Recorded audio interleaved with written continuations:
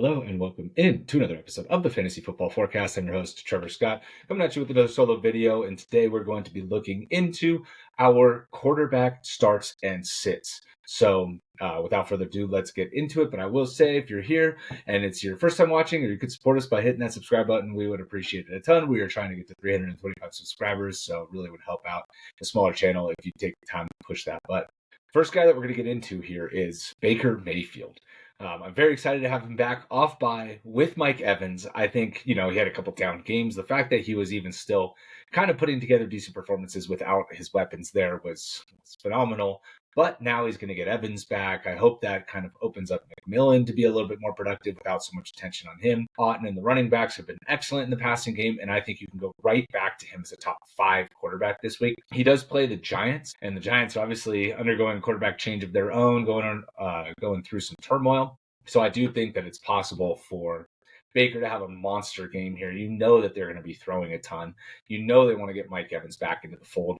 And I think Baker is just such an awesome start. If you have him in 2 quarterback leagues, obviously you're starting him. If you have him in 1 quarterback leagues, just be happy that his main weapon is back and that he's going to be able to produce here as a high-end performer. Moving on to QB1 sit. That would be Jordan Love this week. Unfortunately, this is matchup based in a big way against the 49ers, who they aren't exactly the worst matchup, but they've been getting better. They've been getting after the quarterback more. And I do think over the last 4 weeks, they've become a much more difficult defense against the pass. Jordan Love, on the other hand, maybe not so productive over the last couple weeks. He had so many touchdowns early in the year. And then these last few weeks, it's really been tough to get it going a little bit. I know Christian Watson just had a monster game. Jaden Reed hasn't necessarily been as productive. Romeo Doubs had that one game where he had a bunch of production and hasn't really done much outside of that. Josh Jacobs has been pretty productive on the ground. And so I don't know if this is going to be a very high scoring game. And I don't know if they're really going to get after it passing wise. So the matchup, Love just hasn't been able to overcome those more difficult matchups. And this is one of them. So I just think that they were in a spot where if you've got Love in a 1 quarterback league, they're looking to sit him, I think, this week, especially with Bo Nix, Tua, Goff, Geno, all guys that you might have accumulated along the way. Any one of, I would start over Love. And so that's why I have him as a sit, in the QB1 conversation for this week specifically. Obviously, we love Jordan Love going forward, but he's just hit this kind of difficult part of his schedule where there's been a lot of tough matchups. So he was pretty good last week. I don't know that we can expect more of the same against the 49ers this coming week. QB2 start. Going back to a guy that we did not like a lot this year, Anthony Richardson. So I do think that if you're, in a 2 QB league, if he got cut when he was sitting, or you were able to acquire him really cheap, we kind of recommended that on some of our trade target videos. But if you have him on your team, you're probably going to him as your QB2 this week.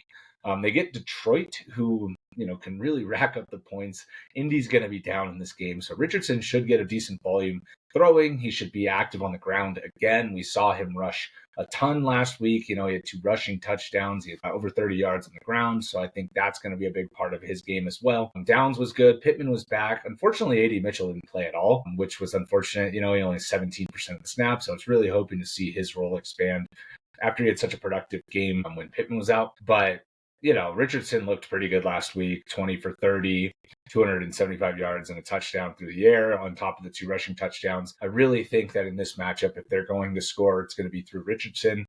And, maybe Jonathan Taylor gets in for 1, but I think Richardson is the guy that you're going to want to be starting in this matchup. Our QB2 sit for the week is Caleb Williams. He goes up against Minnesota this week, and he did look a little better last week. So did DJ Moore, so did Roma Dunze. But it is still a pretty new offense, and they're going up against Minnesota's defense, who is a very good unit, despite what the matchup on Sleeper will say.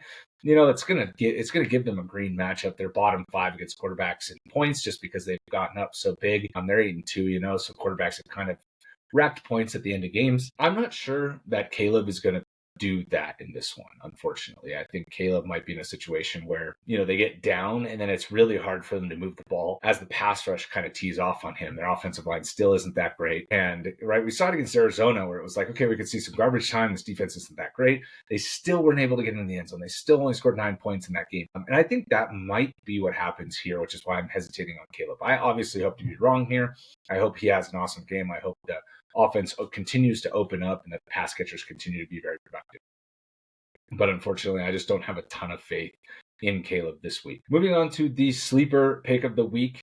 It is Tommy DeVito. We're back with Tommy Boy as the quarterback for the Giants. So I think, he is somebody that you can rely on. He's been productive when he's gotten the chance to play. He was a much better passer last year than Daniel Jones was. Obviously, Jones picked it up this year, but that has a lot to do with Malik Neighbors, right? And now DeVito is going to get to take over with Neighbors, with Theo Johnson. Wandale is more prominent role.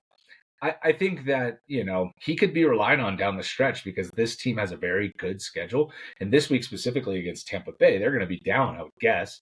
And so DeVito is going to have to throw to keep them in it. I think I think he alone has a lot of good value, but I also think he raises the value of everybody on the offense. I've heard a lot of people saying this isn't good for the offense, or that, you got to downgrade the skill position players. And I just don't agree. I think DeVito is a better passer than Daniel Jones.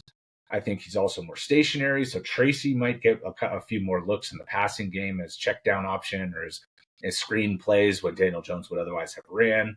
So I think that, there's a little bit more value here for the skill position players on top of DeVito. I think DeVito's a top 20 play this week. And if you got him in Superflex, be happy and get him into your starting lineups if you're struggling at quarterback or you have a bye week or something like that. All right.